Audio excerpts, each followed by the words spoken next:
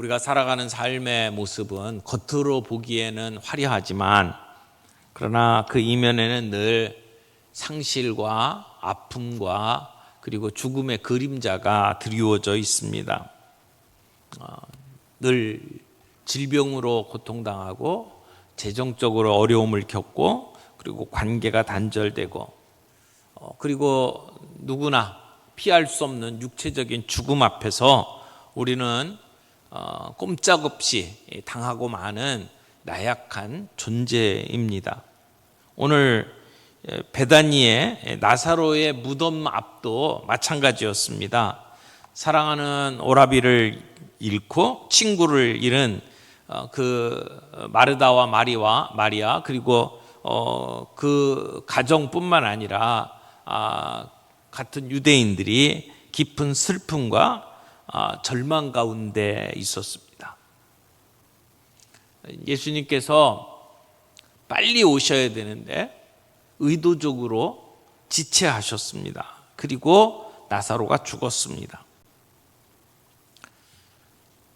이 사건을 통해서 예수님은 마르다와 마리아의 믿음을 온전하게 세우시기를 원하셨고 그리고 죽음을 다스리고 계시는 주님이시다는 것을 그들이 깨닫도록 하기를 원하셨습니다. 32절 말씀 보겠습니다. 마리아가 예수 계신 곳에 가서 배웠고 그 발 아래 엎드려 이르되 주께서 여기 계셨더라면 내 오라비가 죽지 아니하였겠나이다. 지금 마리아가 예수님이 여기 계셨더라면 우리 오라비가 죽지 아니하였겠나이다. 그런데 마리아만 그렇게 생각한 게 아니에요. 그 언니 마르다도 똑같은 생각을 했습니다.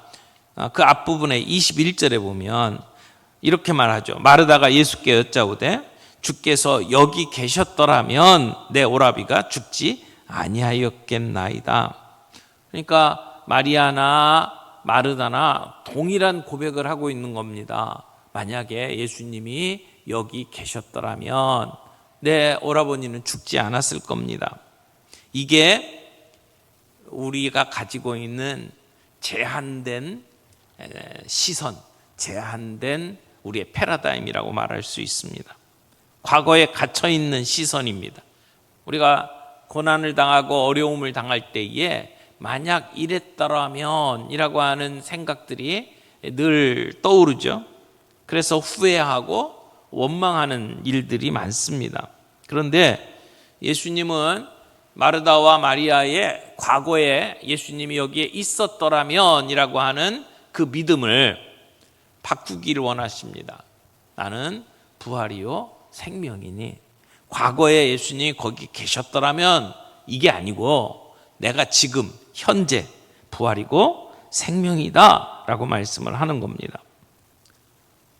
우리는 우리가 해결할 수 없는 죽음이라고 하는 거대한 절벽 앞에서 체념합니다. 웁니다. 혹시 여러분의 삶 가운데에서도 주님이 조금 더 일찍 오셨더라면, 주님이 내 기도를 조금 더 빨리 들어주셨더라면 내 삶이 이렇게 무너지지는 않았을 텐데 라고 하는 탄식, 절망이 있지 않습니까? 오늘 본문은 그러한 죽음과 절망의 한복판에 찾아오신 우리 예수님을 보여줍니다.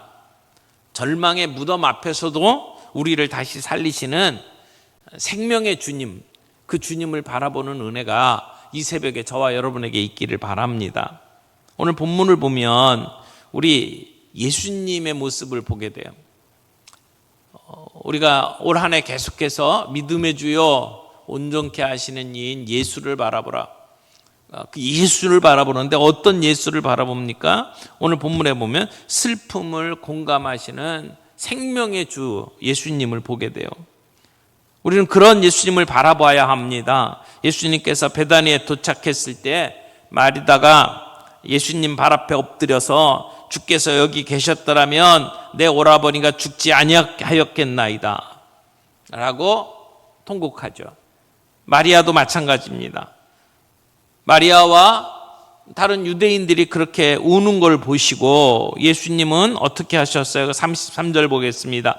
예수께서 그가 우는 것과 또 함께 온 유대인들이 우는 것을 보시고, 그 다음에 다 같이 심령에 비통히 여기시고 불쌍히 여기사.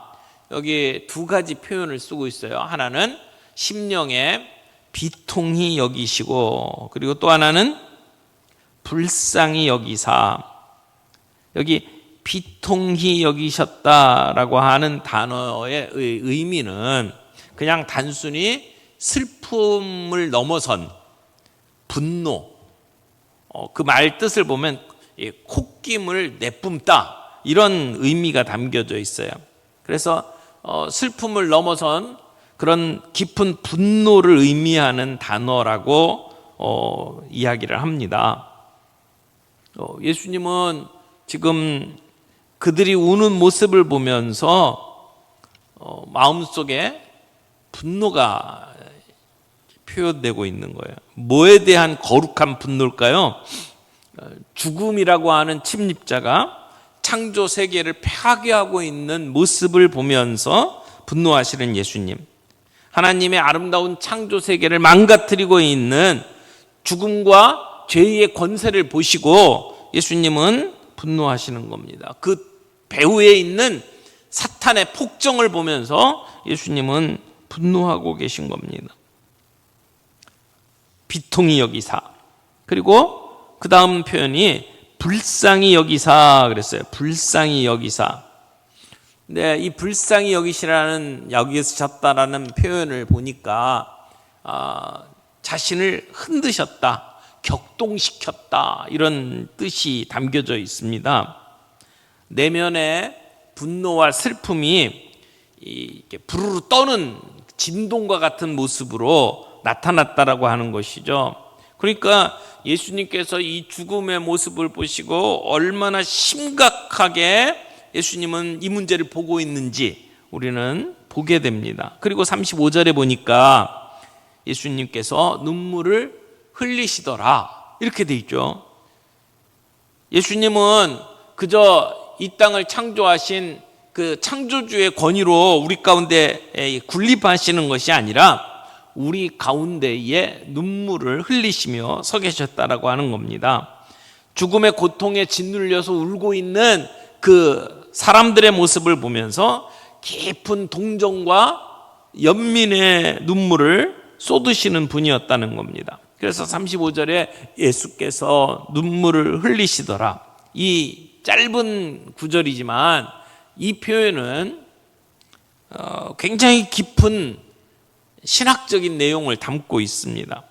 예수님은 잠시 후에 나사로를 살리실 것을 알고 계셨을 거예요. 그렇죠? 곧 나사로를 살릴 거예요. 그럼에도 불구하고 그 죽음의 모습을 보면서 예수님은 눈물을 흘리고 계십니다. 그러니까 단순히 친구를 잃어버렸다, 상실감에 빠져서 흘리는 눈물이 아니라는 거예요. 죄와 사망의 굴레에 갇혀 있는 인간의 실존적인 그 모습, 고통, 그걸 보면서 예수님은 깊은 연민을 가지고 있었고, 그리고 사랑하는 친구의 죽음이 가져온 이 비극적 현실에 예수님은 공감하고 계시는 겁니다. 우리와 똑같은 성정을 가지고 예수님은 슬퍼하고 계시고 함께 공감하며 함께 울고 계시는 분이라는 겁니다. 그리고 이 눈물은 죽음의 고통을 당하고 있는 우리 인류를 향한 예수님의 긍휼의 마음이 표현되어 있는 것과 동시에 그 죽음을 깨트리겠다라고 하는 예수님의 선전포고가 담겨 있다고 말할 수 있습니다. 사랑하는 성도 여러분, 홀로 우리가 감당하기 어려운 힘든 슬픔 속에 있습니까? 주님은 우리의 고통을 멀리서 그냥 방관하시는 분이 아닙니다. 내 상처를 끌어안고 함께 우시는 한 예수님입니다.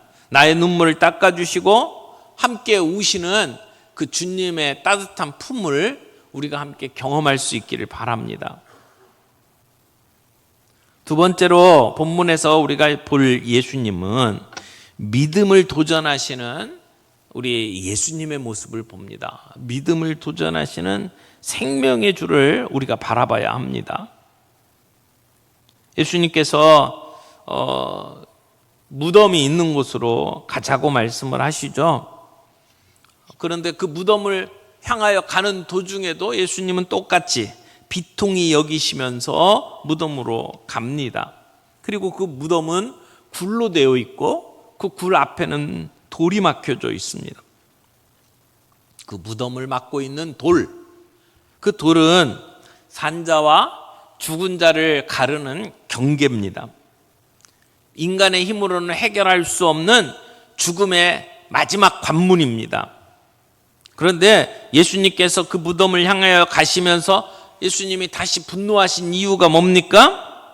무덤 앞에 서서 예수님은 죽음의 실체를 대면하고 계신 겁니다. 그리고 동시에 거기를 둘러싸고 있는 유대인들의 불신을 보면서 예수님은 분노하십니다. 그리고는 39절에 예수님께서 뜻밖의 명령을 내리시죠. 39절 보겠습니다. 예수께서 이르시되 돌을 옮겨 놓으라 하시니 그 죽은 자의 누이 마르다가 이르되 주여 죽은 지가 나흘이 되었음에 벌써 냄새가 나나이다. 예수님은 돌을 옮기라고 명령하셨어요. 근데 그 명령을 가로막고 나선 사람이 있죠. 현실주의자 마르다입니다. 마르다가 뭐라고 얘기합니까? 주여 죽은 지 벌써 나흘이 되었습니다. 벌써 냄새가 납니다. 그 얘기는 뭐예요? 예수님 늦었습니다. 이제는 소용이 없습니다. 그런 절망의 선언 아닙니까? 죽은 지 나흘이 됐대요. 유대인들은 사람이 죽으면 그 영혼이 3일 동안 그 주변을 맴돌다가 그 몸에 다시 들어가기를 시도를 하는데 4일째가 되면 시신이 부패하고 얼굴색이 변하기 시작하면서 다시 소생할 수 있는 가능성이 없다고 생각하고 영혼이 그 몸을 떠난다라고 유대인들이 생각을 했대요. 유대인들의 그 랍비 문헌을 보면 그 탈무드에 주석한 내용들을 보게 되면 그때 당시 유대인들이 대중적으로 믿고 있었던 생각이 그런 생각이었어요. 그러니까 3일 동안 영혼이 몸 근처에 있다가 몸 안에 들어가려고 시도하는데 이미 썩고 더 이상 안색이 변해서 들어갈 수 없다고 하고 그리고는 떠났다라고 생각을 하는 게 일반적인 생각이라는 거예요. 벌써 4일이 됐어요. 냄새가 났어요. 썩어요. 그러니까 다시 살아날 수가 없다고 믿는 거죠. 그러니까 마르다의 눈에는 이 냄새가 나는 것을 통해서 더 이상 소망이 없습니다. 절망적인 현실만 보이는 거죠. 그래서 이미 냄새가 나나이다.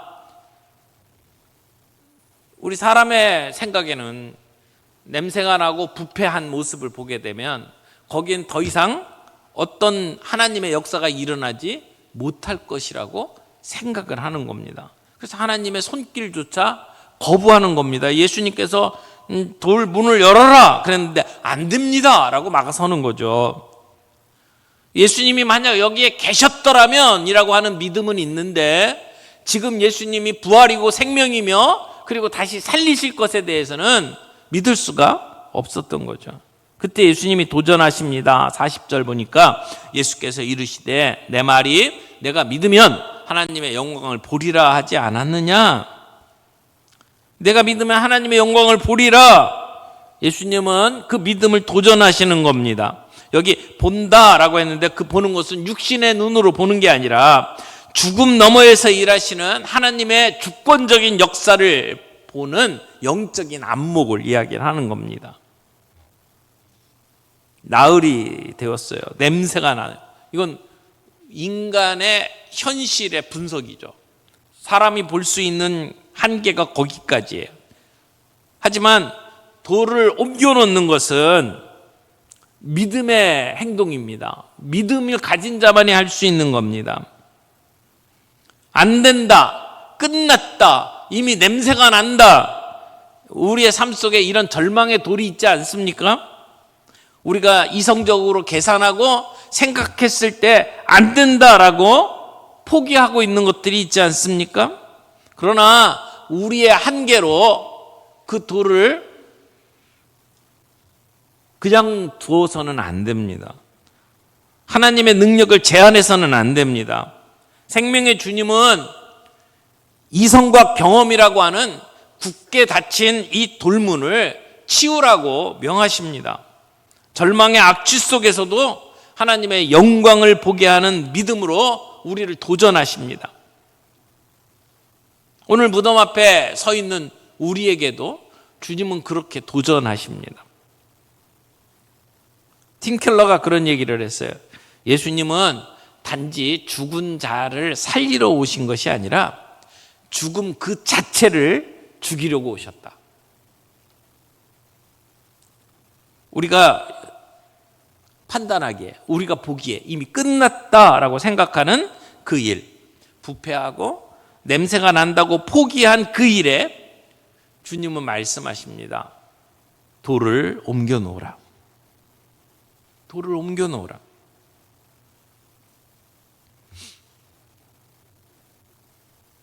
예수님께서 직접 그 돌을 치우실 수도 있었겠지만 주님은 우리에게 순종의 참여를 요구하고 계십니다.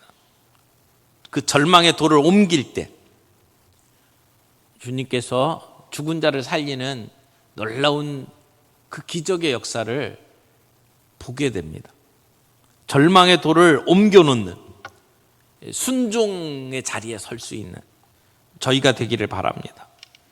마지막으로 41절 44절의 말씀을 보면 죽음을 정복하시는 예수님의 모습을 봅니다.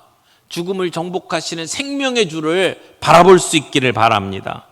돌이 옮겨지니까 예수님은 하늘을 우러러서 하나님께 감사의 기도를 드리신 후에 43절에 이렇게 선포하십니다. 44절 보겠습니다. 이 말씀을 하시고 큰 소리로 뭐라고 그랬어요? 나사로야 나오라 부르셨습니다. 나사로야 나오라. 이 외침은 죽음의 권세를 깨트리는 왕의 명령입니다. 나사로야 나오라. 얼마나 멋진 능력의 말씀입니까? 죽은 자를 향하여 나사로야 나오라. 핸드릭슨이라는 그 주석가는 이 본문을 정리를 하면서 이런 말을 했어요. 예수님께서 나사로야 나와라 그렇게 말씀하셨으니까 얼마나 다행이냐. 그냥 나와라 그러면은 죽은 자 모두가 다 나왔을 거다 이렇게 얘기를 하시더라고요.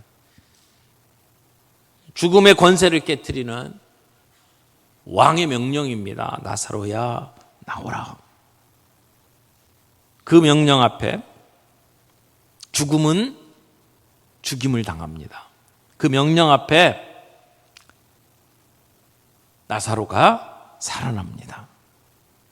여러분 수족을 배로 동인 채로 죽은 자가 살아서 나오잖아요. 이 사람을 수위로 이렇게 배로 감아놨다고 이야기하잖아요. 이렇게 사람을 이렇게 돌돌돌 말아놓는 거거든요. 그러면 나사로가 살아나가지고 어떻게 나왔을까요? 몸을 다 이렇게 칭칭 감아놨으니까 이렇게 통통 이렇게 걸어 나오지 않았을까요? 그러니까 예수님께서 뭐라고 그랬어요? 44절에 죽은 자가 수족을 배로 동인 채로 나오는데 그 얼굴은 수건에 쌓였더라. 예수께서 이르시되 풀어놓아 다니게 하라. 그 결박을 풀어주라고 이야기를 합니다. 풀어놓아 다니게 하라. 그 자리에 함께 있었던 사람이 참여할 수 있는 일입니다. 명령해 주셨잖아요. 생명의 주님이시지만 그 수위를 푸는 것은 성도들의 몫이었습니다. 우리가 그 서로의 고통에 동참할 때 그리스도의 몸으로서의 생명력을 우리가 보게 됩니다. 무덤에서 나온 나사로가 혼자서는 걸을 수 없었듯이 고난에서 회복된 성도가 온전하게 다닐 수 있게 되기까지 우리 믿음의 형제 자매들이 교회에서 그를 어떻게 도와줘야 하는지를 보여주는 장면이라고도 말할 수 있습니다. 영적으로 죽었던 우리를 주님이 생명을 주셨습니다. 근데 생명을 얻고도 아직 우리 안에는 분노가 있고 상처가 있고 옛 습관이라고 하는, 그래서 나사로가 칭칭 감염되고 있는 그 수위처럼 그런 것들로 내 삶이 동요매져서 그렇게 부자연스럽게 부자유하게 살아가고 있지는 않습니까? 풀어놓아 다니게 하라라고 하는 주님의 명령에 의지해서 우리를 얽어매고 있는 과거의 상처, 죄의 습관들 모두 다 우리가 풀어놓을 수 있기를 바랍니다. 오늘 이 말씀 결론을 함께 정리하겠습니다. 우리의 삶에는 이 베다니의 무덤처럼 해결 안 되는, 앞이 꽉 막힌 듯한 그러한 삶의 순간들이 찾아옵니다. 질병의 고통, 깨어진 관계, 때로는 실패한 사업, 어떻게 보면 죽은 지 나흘이 되어서 냄새가 납니다 라고 절망하게 되는 우리의 삶의 문제들. 그런데 그 죽음의 냄새가 진동하는 그곳이 바로 생명의 주님이 일하시는 자리입니다. 예수님께서 우리의 아픔을 보시면서 함께 눈물을 흘리십니다. 그리고 우리가 인간적으로 판단할 때 불가능하다고 생각하는 그 돌을 옮겨 놓으라고 우리 주님은 도전하십니다. 그리고 마침내 나사로야 나오라 라고 명령하시면서 우리를 모든 사망의 결박에서 풀어주시는 분입니다. 사랑하는 성도 여러분, 무덤의 냄새에 거기에 매여 있지 않기를 바랍니다. 거기에 우리 인간적으로 불가능하다라고 생각하고 포기하지 않기를 바랍니다. 나는 부활이요 생명이라고 말씀하신 예수님을 바라보는 저희가 되기를 바랍니다.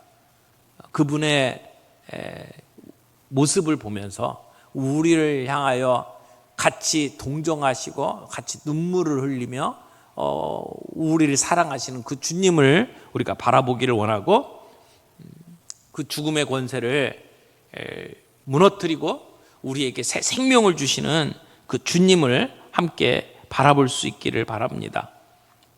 무덤의 냄새에 취하여 그 자리에 머물러 있지 말고 생명의 향기이신 우리 예수님께 집중할 수 있기를 바랍니다.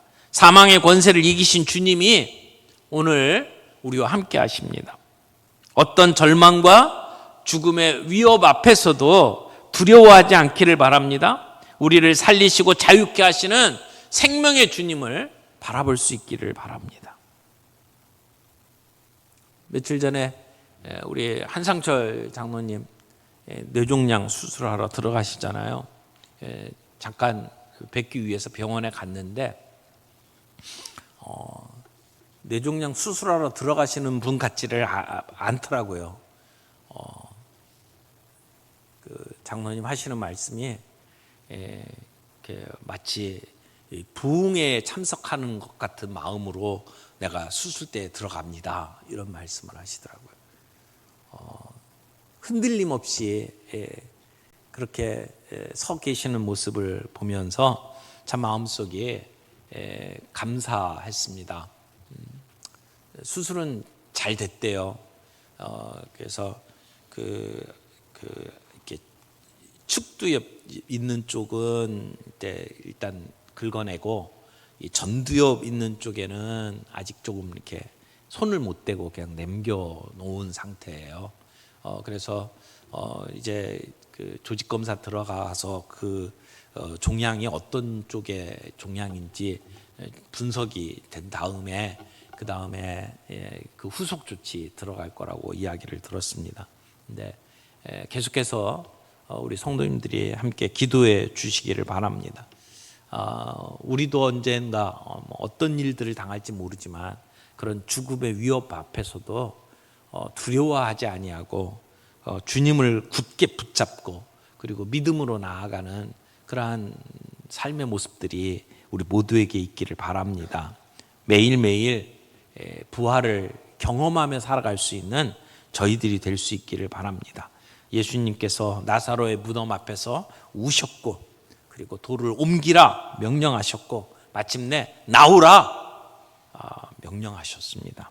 오늘도 절망 가운데에서 예수님은 우리의 부활이고 생명이심을 믿을 수 있기를 바라고 그 주님 앞에서 우리 모두 그 생명을 누리며 기쁨으로 그 죽음의 권세 이기신 주님 편에 설 수 있는 저와 여러분들이 될 수 있기를 바랍니다. 오늘 말씀 생각하면서 같이 찬양 하나 했으면 좋겠는데요.